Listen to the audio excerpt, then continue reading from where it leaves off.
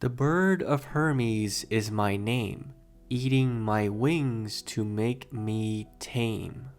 This quote stares at us in the face every single time the title screen appears in Hellsing Ultimate, yet it is only spoken once in the entire series. Of course, once was more than enough given the circumstances around the phrase being uttered. There was a reason that the quote appeared in every title card. It was a warning.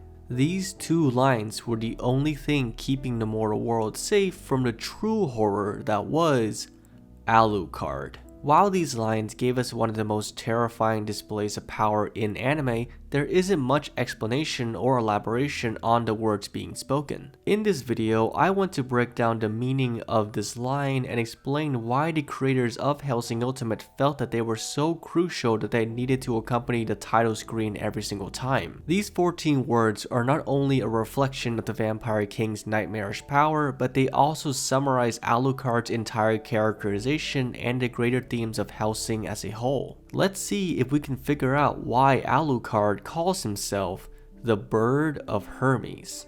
To understand this quote, you must first understand where it originated. These words were lifted from a 15th century piece of alchemical writing known as the Ripley Scroll. The most simplified explanation for this text is that it is a detailed list of instructions on how to create something known as the Philosopher's Stone. Yes, that Philosopher's Stone. It is an item synonymous with countless magical qualities, including the most relevant quality that we will dive into for this video, immortality. In fact, the Bird of Hermes itself is supposedly a phoenix, a well-known symbol of immortality. Within the Ripley Scroll itself, the Bird of Hermes represents the literal vapor that arises when alchemic substances are mixed together. However, the vapor is represented symbolically as the eternal phoenix. Immortality is crucial to Alucard's existence because it is extremely difficult to put a permanent end to him even if you follow steps 2 through 10. The phoenix is also symbolic of rebirth and entering a new life, which is certainly what Vlad Tepes did when he became Count Dracula and what Dracula did when he became Alucard. Each one of Alucard's different personas can be seen as another phoenix-like rebirth into a different person, complete with a different personality and accent. What's really interesting about the Ripley Scroll is that it portrays the Philosopher's Stone as being composed of 3 different colored stones. These colors represent the 3 stages of the alchemical process. The black stone represents nigredo, which is a stage of decomposition or demise, and white represents albedo, which is a stage of purification. And red represents rubedo, which is the final stage of the alchemical process and represents self-awareness and re-entry into the mortal world.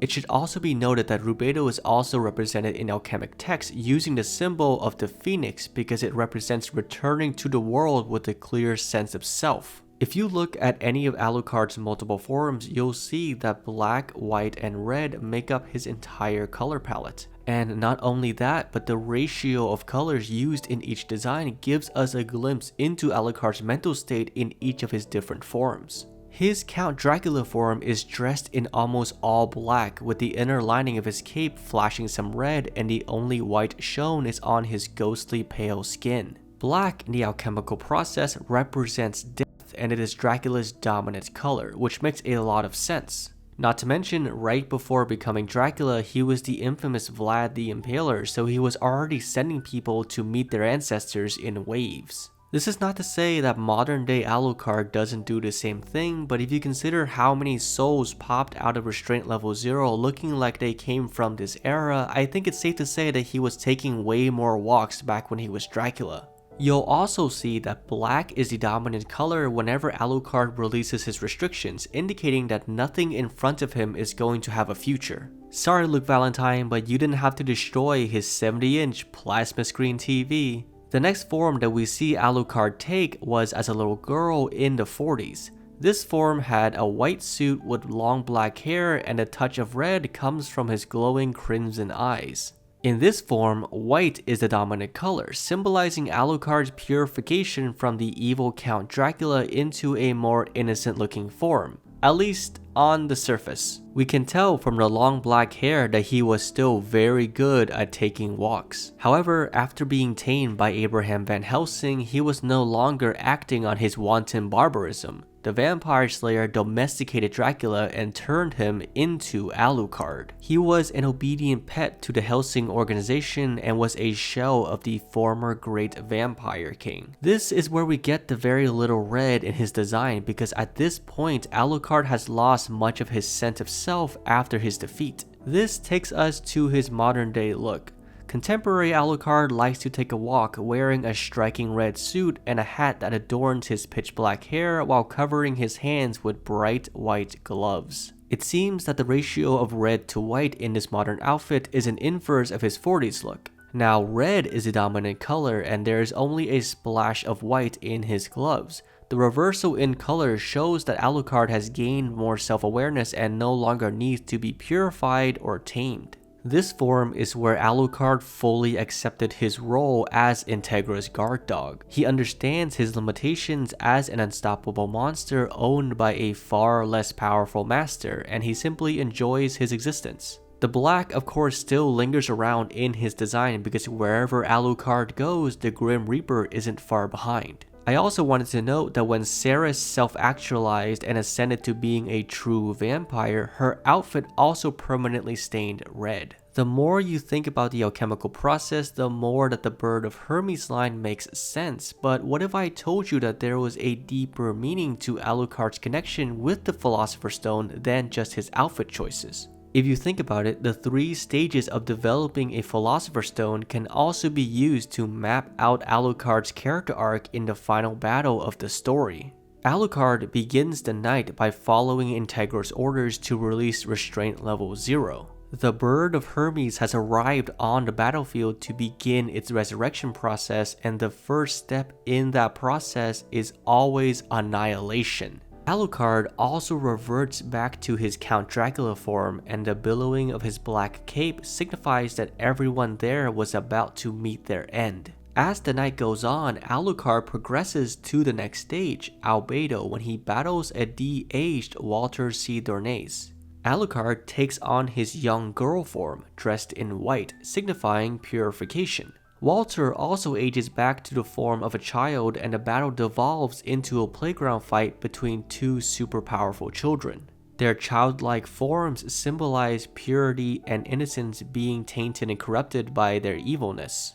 You would think that at this point Alucard would eventually hit the final stage of Rubedo and take on his red-suited appearance again. However, it seems that Alucard bit off more than he could chew when he absorbed Schrödinger.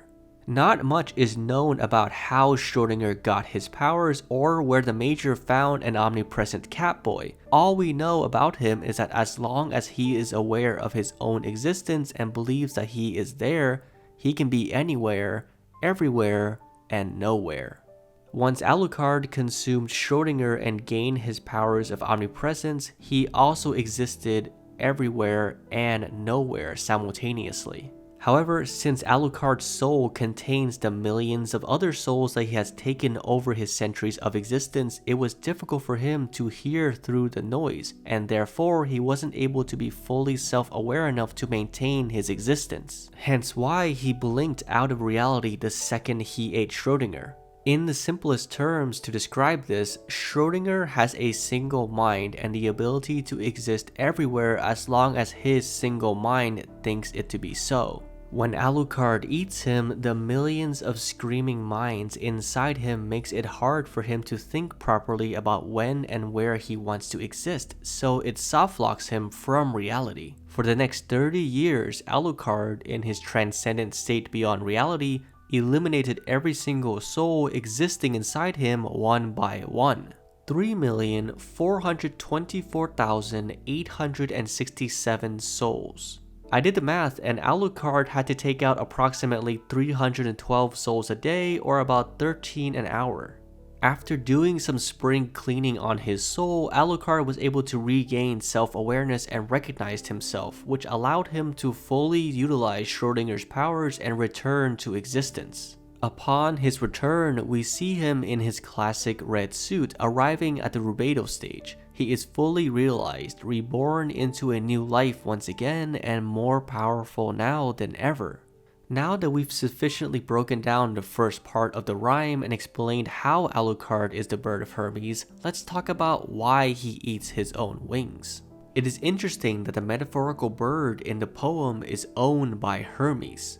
In the Ripley scroll, Hermes refers to Hermes Trismegistus. The Greeks identified this figure as Hermes, the god of messengers, while the Egyptians identified him as Thoth, the god of knowledge. The bottom line is that Hermes Trismegistus is seen as a godly figure. The fact that his bird has to constantly eat his wings for someone as powerful as a god to tame him tells us that the bird itself is tremendously more powerful than the god who lords over him. Two of Hellsing's biggest themes are the duality between man and monster and the relationship between master and servant. The commonality between these relationships is that the servants are way more powerful than their human masters. Alucard is a monster who serves Integra.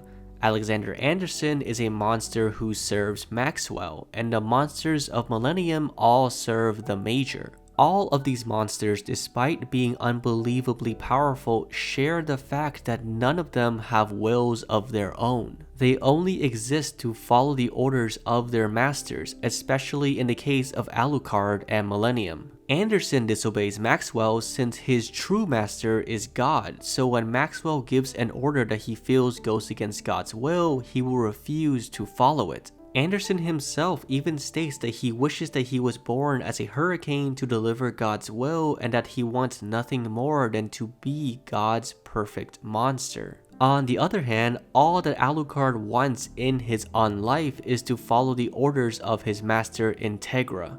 Despite her human body being weaker than that of a vampire's, her human spirit descended from the very men who defeated him all of those years ago. After Abraham Van Helsing, a mortal man, and his band of other mortal men defeated the unstoppable monster, Dracula decided to devote the rest of his existence to only serving Helsing and his family. Therefore, Alucard put restrictions on his full vampiric powers, metaphorically eating his own wings in order to be easily tamed by the Helsings.